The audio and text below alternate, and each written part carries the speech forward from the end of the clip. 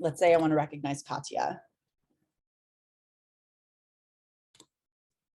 Thank you, Katya, for always putting together the most amazing webinars. It's such a pleasure to work with you, and I look to all the webinars to come. Core value, she takes initiative. And then I want to give her some points to celebrate her, accomplishments. Post. And there it is. Katya receives 10 points from me. This is a public recognition.